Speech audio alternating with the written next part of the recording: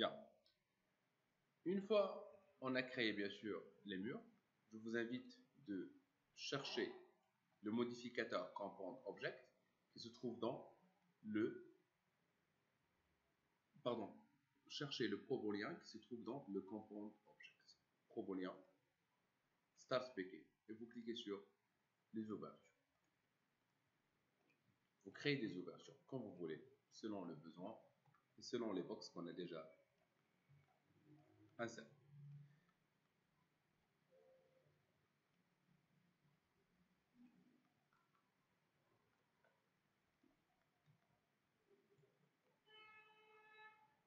Un autre box.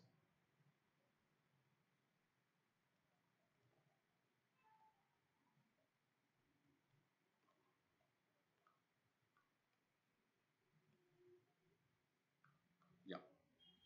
On a des ouvertures jusqu'à maintenant. Il y a des rectifs à faire. Peut-être que le problème qu'on a créé, c'est à cause des box qui sont mal positionnés. Donc, je vous invite cette fois de cliquer sur le mur d'extérieur, Isolate Selection. Allons-y un tout petit peu ici, sur ce mur-là. On clique bouton droit Convert to Editable Poly pour qu'il soit éditable. Et je clique sur Ajouter. OK. Une ligne. Une ligne sans. En mode rectangle. Normalement, supposons que j'ai le autograde qui est activé. Je peux dessiner normalement sur les surfaces. Mais pour éviter n'importe quel type de problème qui a une relation avec l'accrochage, je vous invite de travailler sur une vue 2D. C'est-à-dire, je suis là par exemple et je peux dessiner un rectangle en désactivant le autograde. Je dessine un petit rectangle comme celui-là et par la suite, je le duplique en maintenant la touche Shift. Copy. Modify pour modifier sa hauteur.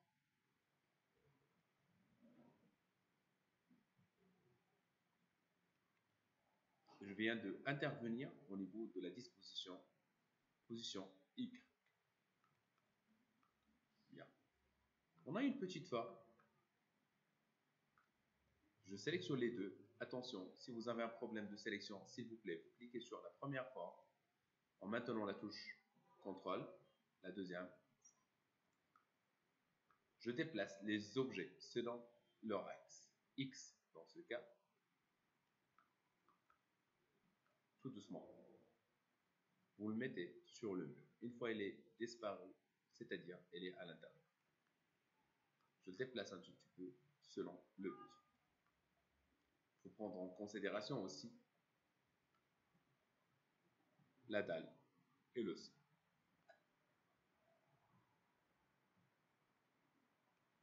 Bien.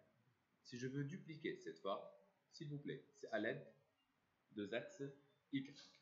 En maintenant la touche Shift et je peux dupliquer. Annuler. Pourquoi annuler? Je préfère vraiment faire une duplication instantisée. Shift, glisse un tout petit peu. Je laisse un peu d'espace. Instantisé. Pourquoi instantisé? Une fois maintenant, je clique sur cet objet qui contient une largeur de 119.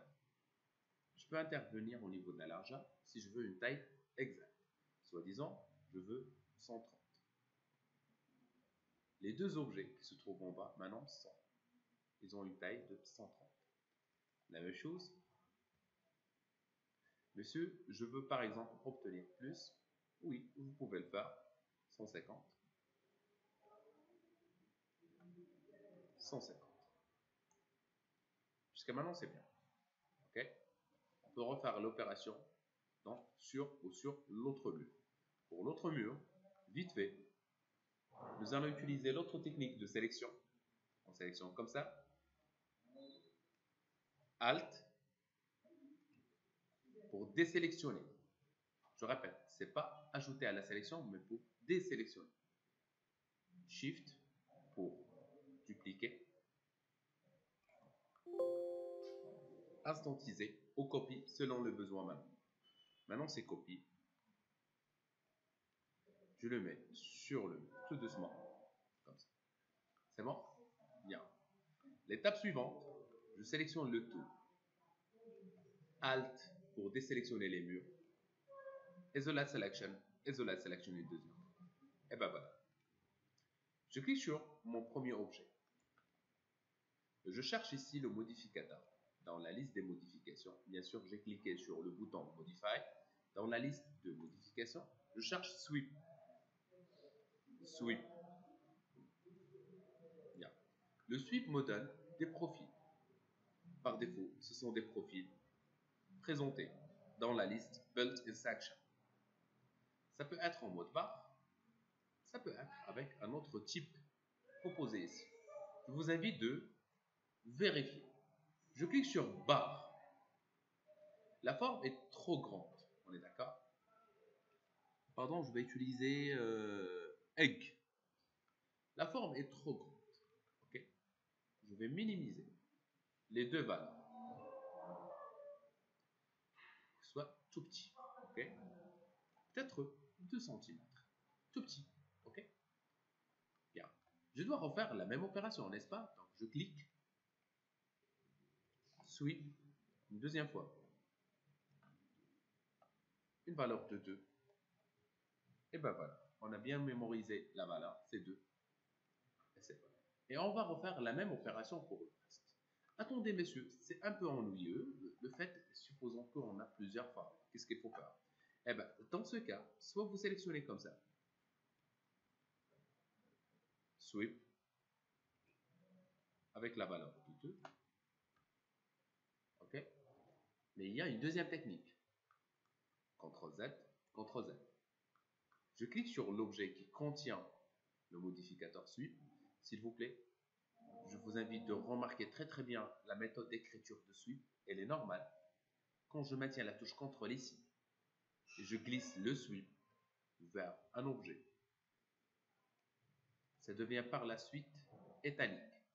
Une fois elle est étalique, c'est-à-dire il y a plusieurs objets qui ont le même modificateur. Quand vous changez quelque chose sur ce modificateur-là, il va se changer et s'appliquer directement sur l'autre forme.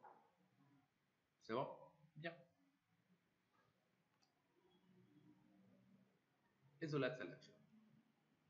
Comme d'habitude, s'il vous plaît, vous sélectionnez ce qui se trouve dans le milieu parce que ça nous intéresse et on clique sur Isolate Selection. Messieurs, est-ce qu'il y a une deuxième technique pour travailler tranquillement? Bien sûr que oui. Vous cliquez sur Tube Layer Explore. Vous cherchez le plafond, vous cliquez sur le plafond qui s'appelle Line. Vous pouvez le renommer.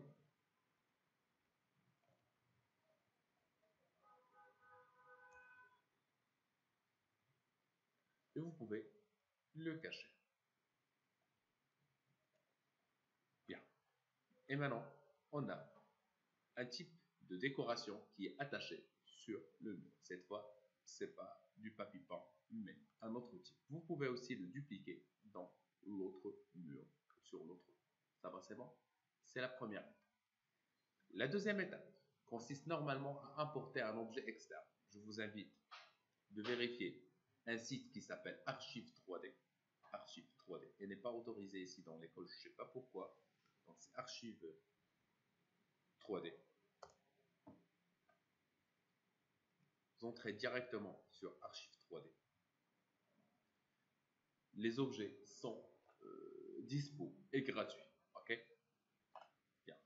Pour moi, je vais importer un objet. Je l'ai déjà importé. Et pour faire cette opération, bien sûr, File, Import, Merge. Faites attention à ne pas changer la scène. Sinon, vous allez supprimer le tout. Une étape qui est très importante. Import, Merge. Tout doucement. Je sélectionne mes objets qui se trouvent dans le bureau. Une petite conseil, s'il vous plaît. Les objets téléchargés, vous le mettez dans un dossier séparé. On est d'accord? Bien. Parce que c'est sous forme de lien. Et je clique sur sofa, par exemple, de 2 places, c'est un objet 3D, ou bien TV ou canapé, comme celui-là, que je l'ai déjà modélisé. Je viens de importer un canapé. Faites attention. Vous êtes censé normalement de cliquer sur All pour sélectionner tout. OK. Il est où? Il est importé, mais quelque part. Je dézoome tout doucement pour le retrouver. Un autre conseil, s'il vous plaît, select and move et vous le déplacez vers l'extérieur. C'est très important. Bien. Une fois c'est fini, je vous invite de insérer les textures dès le départ. On est d'accord? Donc, je prends ma liste de textures et matériaux qui est bien installée vers EZ Browser.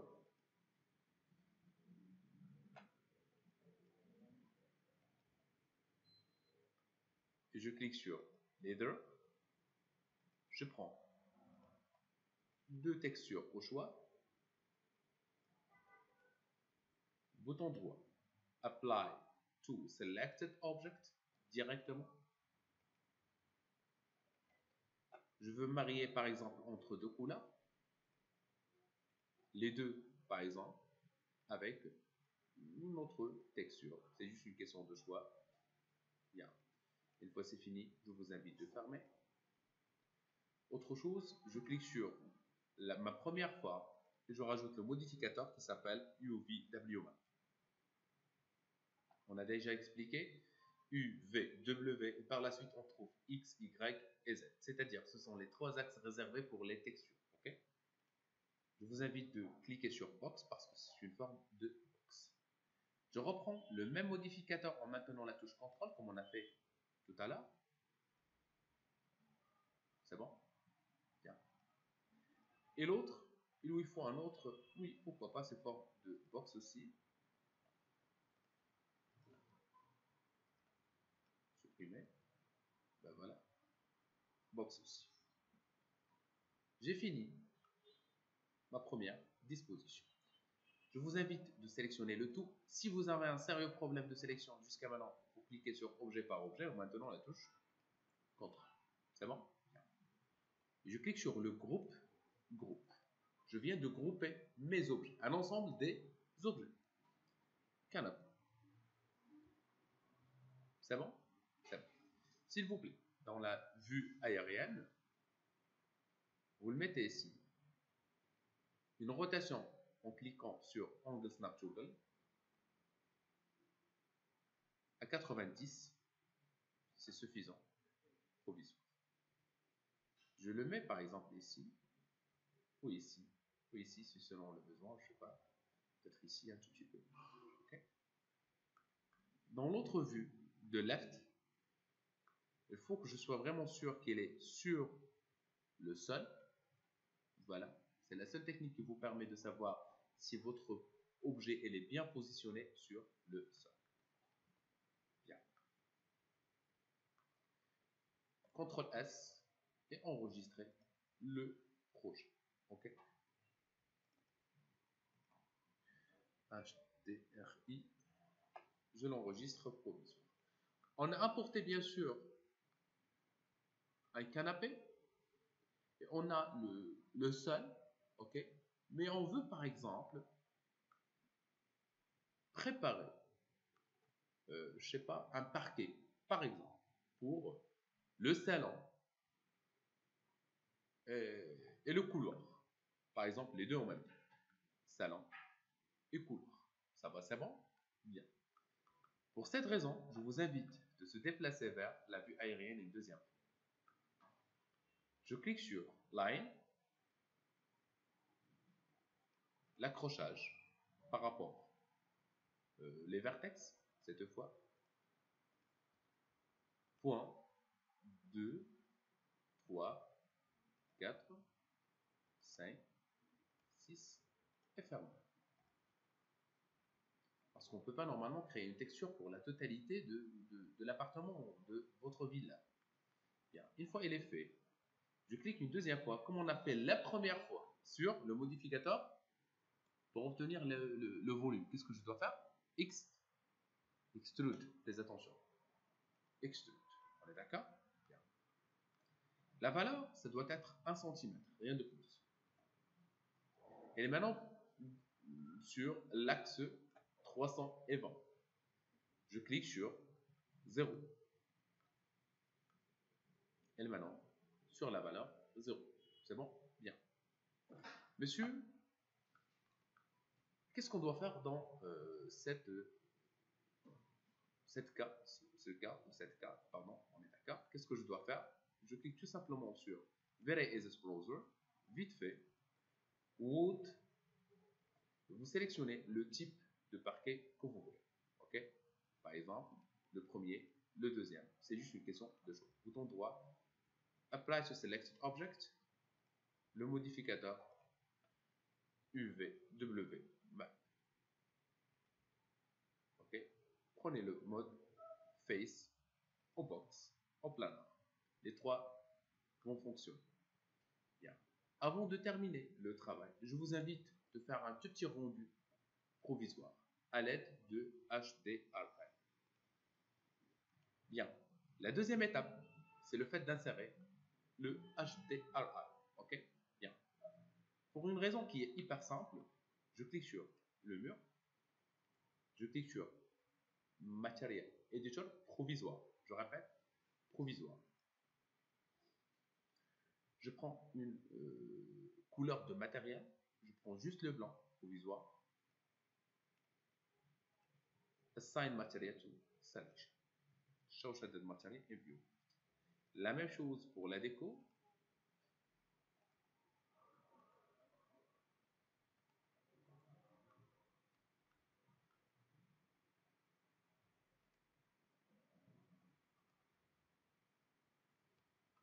La même couleur. Qu'elle soit tout à fait en blanc. C'est bon? Bien. Je pense qu'il y a une forme qui manque.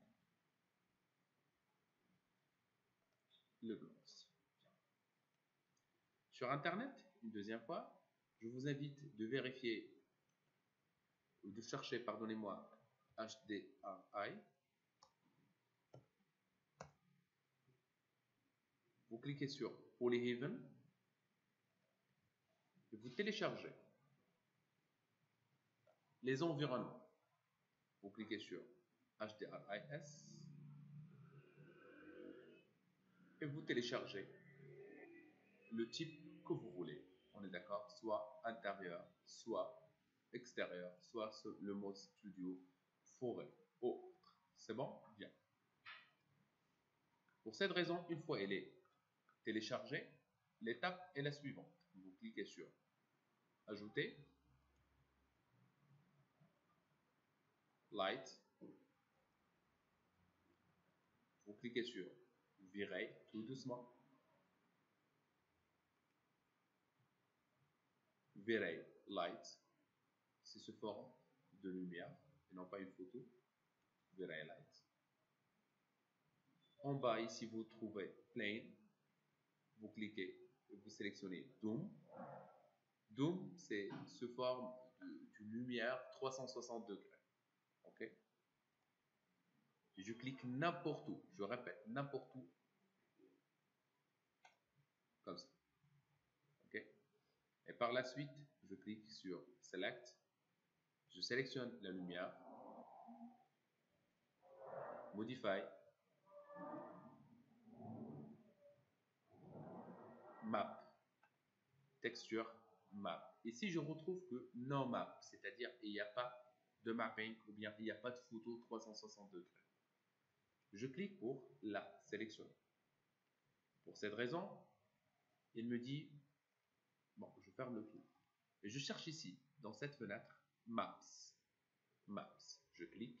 Bien sûr, si vous avez le V-Ray bien installé, vous êtes censé de trouver ici V-Ray. V-Ray.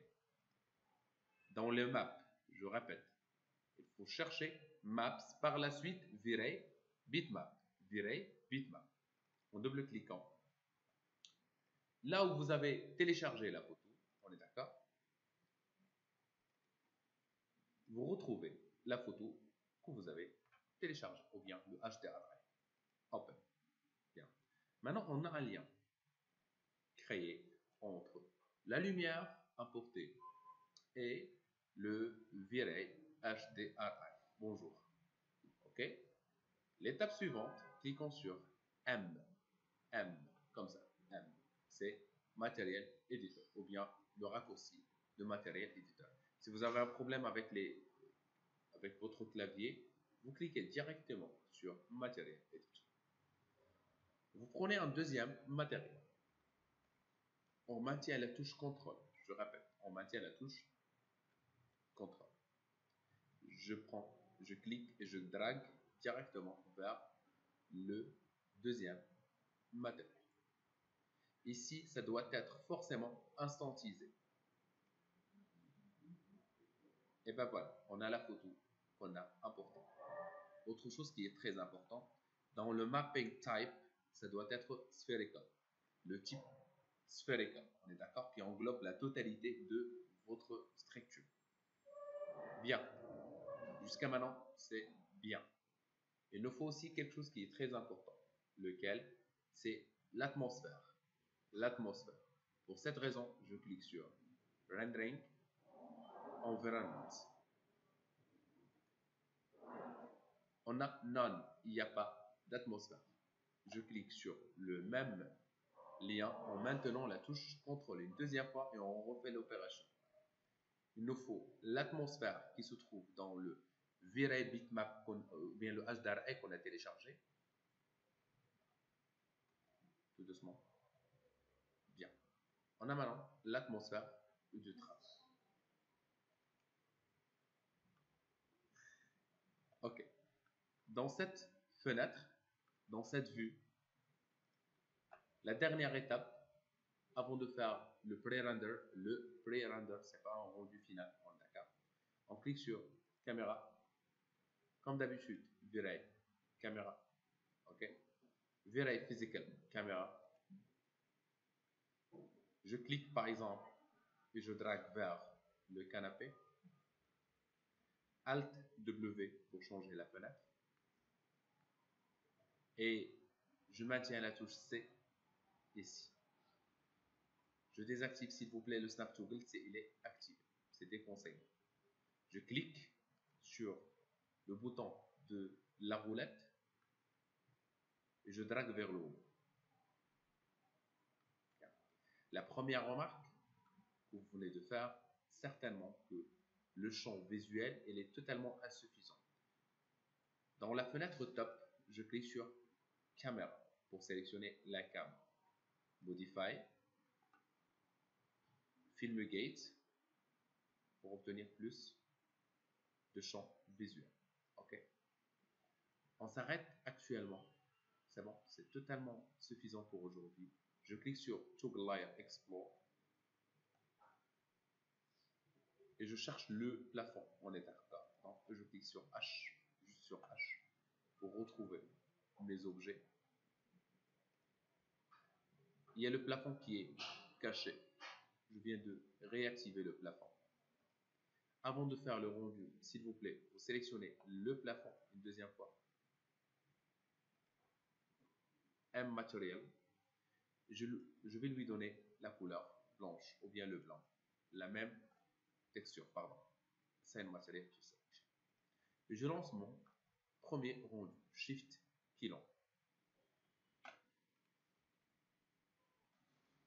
Bien, quand vous voyez, on a un pré-rendu qui est hyper dark. Very quick render. Ok, exactement. Je ferme. La première des choses, il faut sélectionner les moteurs de rendu pour l'intérieur. Pour cette raison, ok, il vous faut le bouton qui s'appelle Very Quick Render. Parfois, il n'existe vraiment pas dans la fenêtre de travail. Donc, qu'est-ce qu'il faut faire? Si ça n'existe pas, pour moi, ça existe, on est d'accord? Donc, je vous invite de cliquer sur Customize. Customize User Interface, c'est-à-dire l'interface de travail. Vous cherchez Toolbar, la barre d'outils. Vous cliquez sur New pour créer un nouveau bouton. Le voilà. OK? Le voilà. Vous le renommez Quick Render. OK. C'est bon? Comme vous voyez, on a un bouton. C'est flottant. Dans la catégorie, vous cherchez en bas, virer.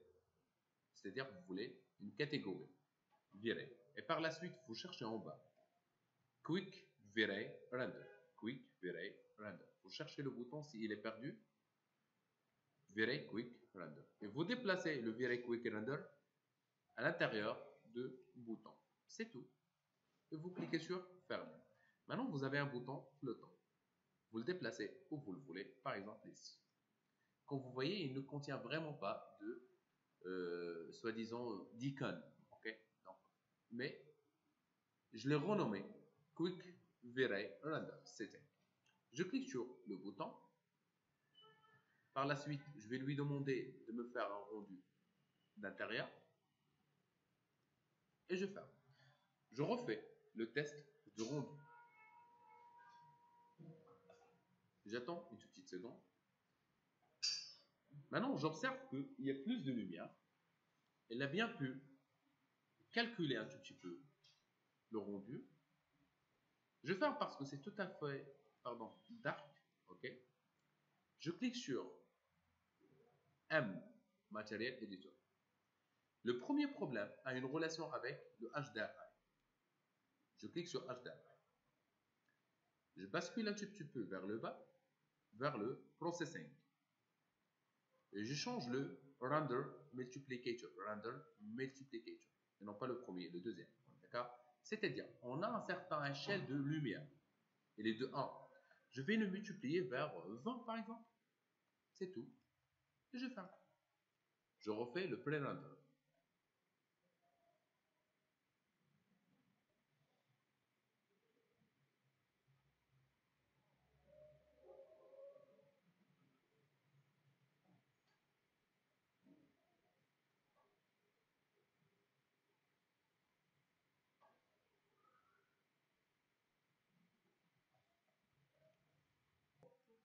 Bien. Comme vous voyez, c'est bien. Je préfère vraiment changer un tout petit peu la disposition du caméra et insérer un matériel sur les murs, on est d'accord? Sachant très bien qu'il y a des taches ici de noir sur le mur. Ok? Ça, c'est à cause de le nombre de pixels réservés au niveau de soi-disant traitement. Elle est minime parce que tout simplement, durant le travail, on a demandé à Quick Virer Setting de nous faire GI Quality equal à 0. C'est juste pour faire un Quick Render. On est d'accord? Vraiment Quick Render. GI, c'est Global Illumination. La lumière indirecte en français. أشعة غير مباشرة. On est d'accord? HD Quality is 3. L'ombrage, c'est 3. Si vous voulez un rendu vraiment professionnel, il suffit juste d'augmenter la valeur. Mais une fois augmenté la valeur, ça doit être la dernière étape. Pourquoi? Parce qu'une fois que vous allez augmenter la valeur, votre ordinateur, s'il fait un rendu en 5 minutes, il va le faire à 4 heures. Tout simplement. Et peut-être plus. Et si vous avez juste une simple carte graphique, je ne pense pas qu'il faut le faire avec votre ordinateur. C'est déconseillé dès le départ. Donc, s'il vous plaît, vous travaillez avec le mode standard, basique, on est d'accord. Une fois que vous êtes sûr et certain que votre rendu est super, vous lancez le rendu. Autre chose qui est très important et final, je vous invite dans la fenêtre left, s'il vous plaît, de prendre un tout petit peu votre caméra et non pas votre target, ou bien le contraire, quand vous voulez, vous pouvez prendre votre target, ok, et le déplacer. Sinon, votre caméra vers là-haut un tout petit peu, qu'elle touche un peu le mur, non pas à l'intérieur du mur, s'il vous plaît.